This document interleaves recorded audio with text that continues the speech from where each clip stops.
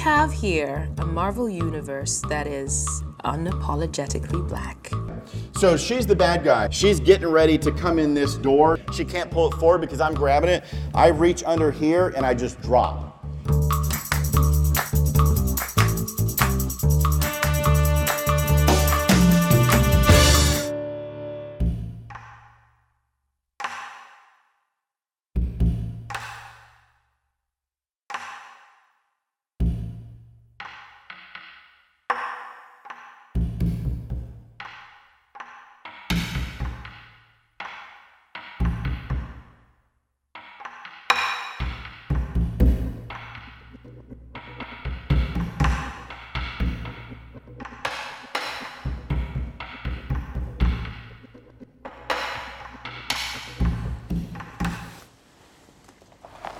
So Palestine Baptist Church came to us after the Texas church shooting and wanted to get a safety team together. This church has hired me to come in and teach them how to identify, prepare, be aware, and respond to an active shooter or a violent attack.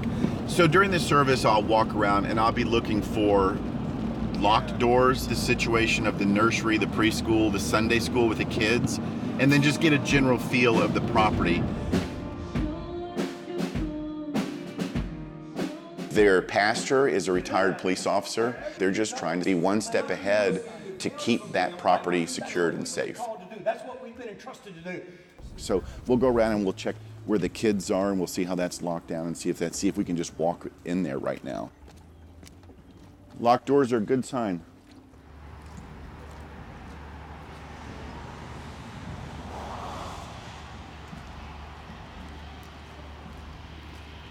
They've got it locked down, which is perfect. There's no open door where I can just walk into where the kids are. And that's a vulnerable area, is our kids. Not only for an active shooter attack, but for an abduction or any other incident that could occur. So they've got this whole facility locked down. Service has started, facility's locked down. It's perfect, perfect. A lot of people would look at this and maybe you see beautiful countryside, but I see running out of the church because there's an active shooter inside and I see snipers all up in that wood line starting to take people out for secondary attack. So, but let's just go with today, it's just a beautiful countryside. I'm Marco Galbraith and I'm the owner of T4 Tactics in Lynchburg, Virginia. If I'm sitting in the congregation right now, sitting here, and I stand up and I want to take a shot at the pastor, it's not run, hide, fight. It's attack me. We go to businesses, churches, schools, hospitals, and we teach them active shooter response or how to respond to a violent workplace attack. We also teach self-defense classes and firearm safety classes for concealed permit and multi-state concealed permits. I've been a police officer in the Daytona Beach area for 22 years. During that time, I was assigned to task forces, homicide investigations, violent crime investigations, special unit investigations. I was a hostage negotiator for 12 years. So with that, you have to study a lot of human behavior. And that's what this is all about. How people are going to respond to an attack, and then how the attacker is going to carry out the attack. And they're going to come in and they're going to show. Most of the knee-jerk reaction to the horrible Texas church shooting was people are arming themselves in churches. That may not be the answer. How many concealed holders do we have in here? Good. Wow, good. We have to have a plan about concealed holders. The knee-jerk reaction to the Texas shooting was let's arm everybody in church. Bad. Really bad. So have a plan. So we don't just want everybody standing up and shooting because we're going to have a lot of injuries and deaths from crossfire. It's not right for me to go in and say, if this happens, this is what you do. Pulse nightclub was planned differently than San Bernardino. San Bernardino was planned greatly, much differently than the Las Vegas attack. But what I do is I throw a lot of scenarios at them and say, if they come in this door, this is what you do. If you come in this door, this is what you do. If the attack is like this, here's what you do. You may be in one room at the church and this is the plan for that room. You move to another room with different dynamics, different locations, different stairwells, different exits, different windows, and the plan totally changes. I need a volunteer. Come on up. Wow, one from the back. So she's the bad guy. Hold that gun. Good. Yeah. So she's the bad guy. We're locked in a room, and here she comes. And I know she's getting ready to come in this door. So I get one person on this side, and this is why we train as a church. So when she comes through the door, I grab under here. Now she can't pull the gun away. She can't pull it forward because I'm grabbing it. I reach under here and I just drop. And you feel how that just gets out of your hand? So now you try it. One arm goes under here. Yep, all the way under. And then wrap this like you own it. And then drop. I can't get that gun out. There's no way I'm getting that out. And the other person jumps and we go to business on that guy. Give her a hand. My business is doing well, and from a business standpoint, I'm very pleased. I wish that there were not as many active shooter events, so it's kind of bittersweet when I get busy. I always get busy after an active shooter event. I'm glad people are being trained, but I don't like to see what's happening in the country. We're so glad that you came and spent time with us. We do live in a different day and a different time. And so all you sheepdogs out there, now's the opportunity to identify and train. Mm-hmm. That's what we need to do. Let's pray. Father, thank you for this evening. And I pray as our brother goes and instructs other communities of faith, other churches, other businesses, God, that many lives will be saved just because of the proactive nature of being able to try to distance ourselves from any potential harm. But if harm should come, we'll have a plan. And it's in the mighty name of our Savior I pray. All God's people said? Amen. Hey, y'all have a great evening. Thank y'all.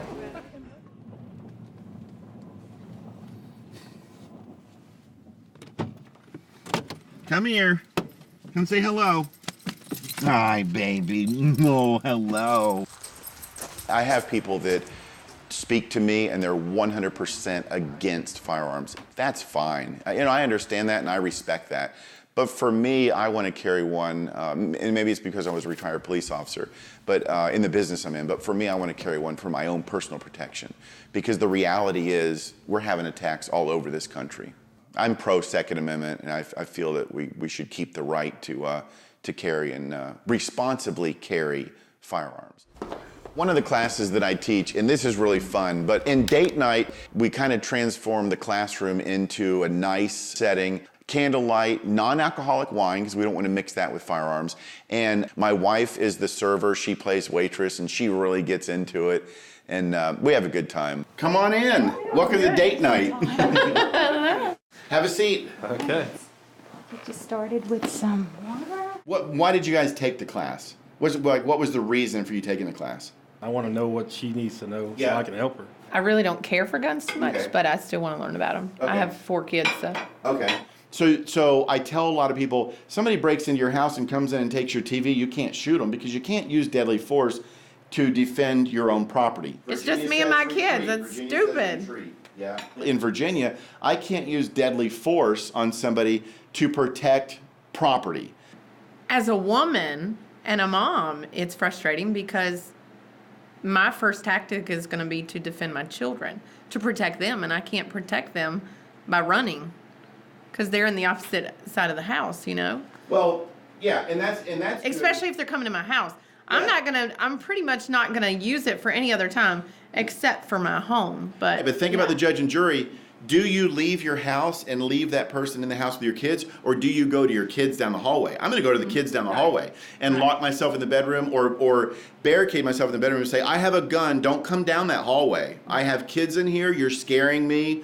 Call 911. 911 calls are recorded. Get that recorded. You're warning that person, put the knife down, stay away from me, don't come in this room, I have a gun, you're scaring me, I don't like how you're approaching me, stuff like that. But I don't know that you're going to get scolded for leaving your kids. You're protecting yourself. Right. So we're going to go through the class. What's your level of experience with guns? I've had a gun class before, okay. But I've questioned whether I need a concealed carry permit at all. Anyways, because I don't plan on concealing it, and I don't plan on carrying it. So these are basic fundamentals of shooting. Trigger squeeze is probably one of the biggest keys in hitting the target. If I have too much finger in the trigger because it's a small gun, I got big hands, when I go to shoot, I'm going to go right or I'm going to go left because the trigger squeeze isn't right. If we're at the 10-yard line shooting and I move the barrel that much, it's going to be this much at the target. And further back you go, the less forgiving it is. So today when we go to the range, if you're not hitting where you want, really think about that trigger. So with trigger squeeze, it should be when you're first starting out. Big breath in, let half of it out, slowly just squeeze until it goes off.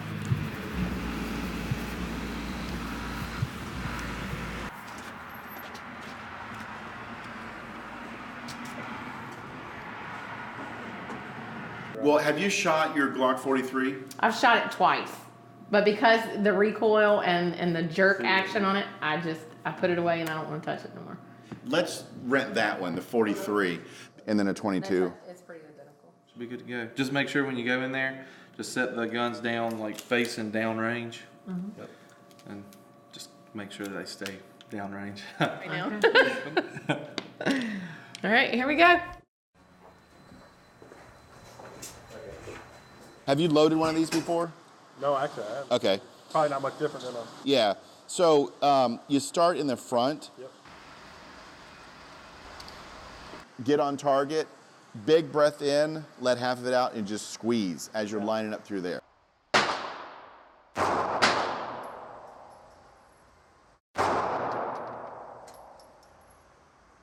That's good. It's in, I think all of them are in the gray area. Okay. Yeah. From where you hit from the 15-yard line, that's really good shooting. He still died. I lived. You're up. That's what I'm afraid of. Get a good grip on it. Okay. And remember, always finger off the down. Even though it's unloaded, we always keep it pointed down range. How many do you want me to put in here? Put all of them in. Okay, so do I spin it or anything? When you put it in, just close it. So now it's ready to fire. Okay. And just slowly pull the trigger. All right. Good. So if you're shaking, if you take that deep breath in, you'll cut down a lot of those shakes. Am Couple I more. shooting anything? You did really good. Look where you hit.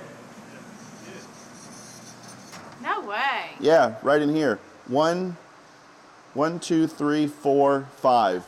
He's been neutralized. So that's, I got him in the neck. yeah. Down. This is our second date. Can I get number 3? Yeah, this one's going to be hard to beat. That was their second date, and it's going to be tough for him to beat that one as far as his skill and doing something unique. It's going to be hard to beat that one.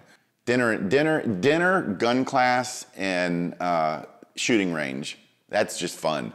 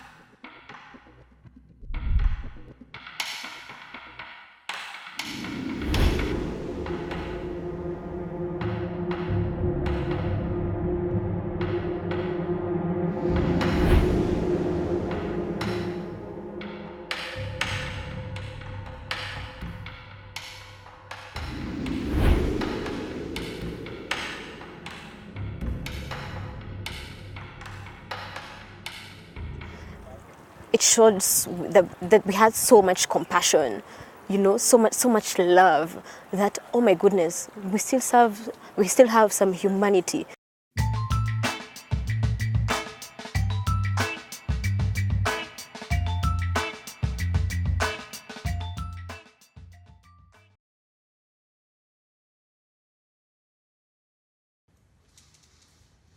شو قلت له لخليه يضربك؟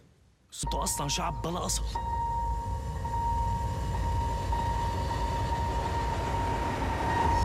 The idea itself started 3 years ago with a similar incident while I was living in Beirut. And just like the film starts, I was watering my plants. It's an old apartment, so the water leaked and fell on one of the construction workers, and he yelled because the water fell on him, and we had a heated exchange of words, and we ended up like yelling at each other. عمي لما نخلص معه بدي اتمنى لو كان في 100 شرام بوجهه بدالي. In Lebanon, it's still a volatile place. It's very dynamic. Lebanon is so dynamic. But also we had a past of conflict with the Syrian, the Palestinian, among the Lebanese, the left and the right, the conservative, the liberals, the pro-West, the pro-East. Lebanon is such a tiny place, but it really absorbs all those kind of things. That's why it's so interesting. So whenever you have that many conflict in such a tiny place, surrounded by so many countries, you know, we have down the south Israel, on the east, on the north Syria, we are on a hotbed of problems. Things could get out of hand.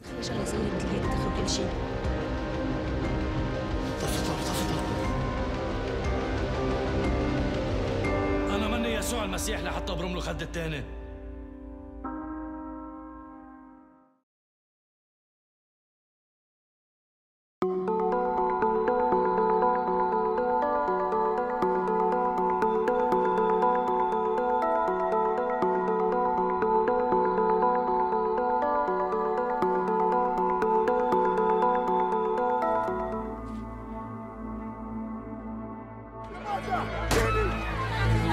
بس كأنك السود دتينا ربع قال مصبئنك السود.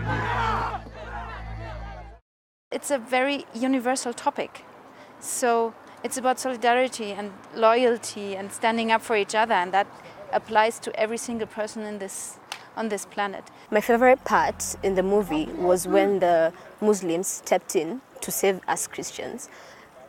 It showed that we had so much compassion, you know, so much love, that, oh my goodness, we still have some humanity in us. Oh my goodness, it is possible for us to come together, help one another, and be our brothers' keepers, be our sisters' keepers. I had the chance to show the world what our religion really meant, because most of the people in this world, worldwide, people know Muslims as the terrorists, though my religion doesn't teach me to kill people, innocent people in fact. Even a small ant, you can't kill it without a reason. From the beginning of the whole project, the idea was we wanted to do that as a Kenyan film as well as a German film. It was always the idea we didn't want it to come as for German students and telling a Kenyan story out of a German perspective or point of view. It was always the idea making this to a Kenyan film. This was such an impactful message and such a great story, and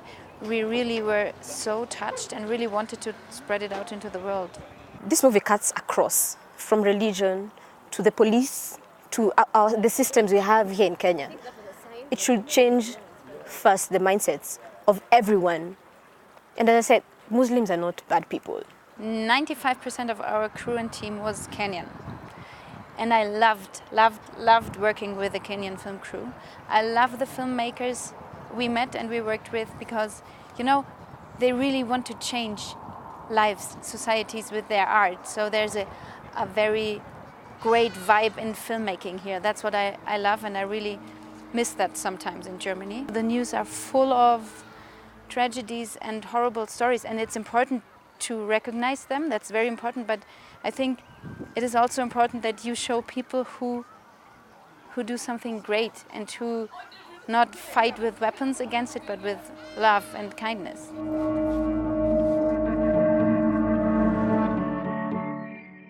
This film is a major departure as far as the types of roles that black actors are given and the types of storylines that we see black characters in the midst of.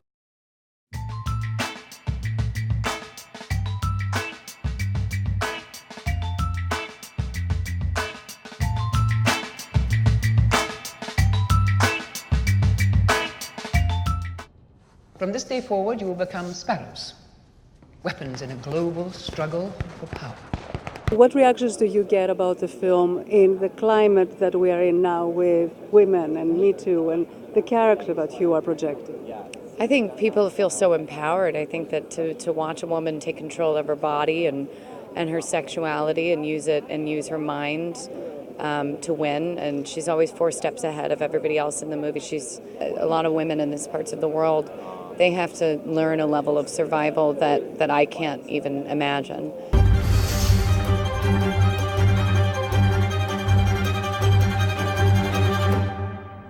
Lady Bird, is that your given name? Yeah. Why is it in quotes? I gave it to myself. It's given to me by me. I want you to be the very best version of yourself that you can be.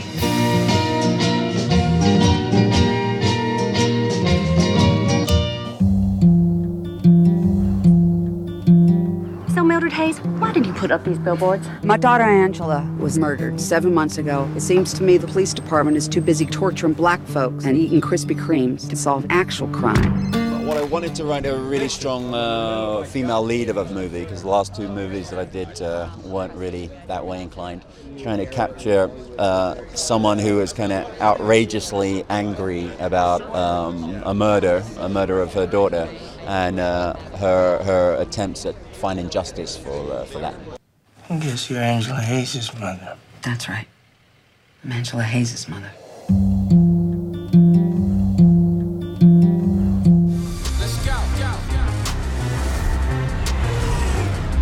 It is my responsibility to make sure that Wakanda does not fall into the hands of a person like you. We have here a Marvel universe that is unapologetically black. We are home. There is a black superhero. There's a lot of people like us, and there's a lot of black children in the movie. To see us occupy an African country with kings and queens and warriors, and it's so inspiring. It's an aspirational nation that really just kind of is rejuvenating to the human spirit. This film is a major departure as far as the types of roles that black actors are given and the types of storylines that we see black characters in the midst of. We want to see this. We support this. We encourage that more of this is accepted. It's 2018. We've had a black president. We shouldn't be just still having slavery movies. You know, we've seen those stories. We need to see more positive stories. The best films, I think, we remember because they say something bigger. They say something about who we are as people, and I think the cultural aspects of Black Panther are what are going to allow us to remember it in years to come. So I think that it will succeed on its own merits as an action film, but I think that thanks to the talent of Ryan Coogler, that this will have a lasting value as this sort of perhaps sea change in Hollywood. It's a vision of black people in power, and of black people having control over their own destiny. It's tapped the spirit, and that's why people are coming out in such numbers, bringing their children, dressing in ways, cultural ways of affirming. Yes, we are very clear about who we are. Typically in cinema, when you see Africa, it tends to be stories about poverty and stories about resources being stripped, and here's the country that in our world is the most technologically advanced in the world. That's a great kind of an example to show to kids. You know, it says like I said, like anything's possible.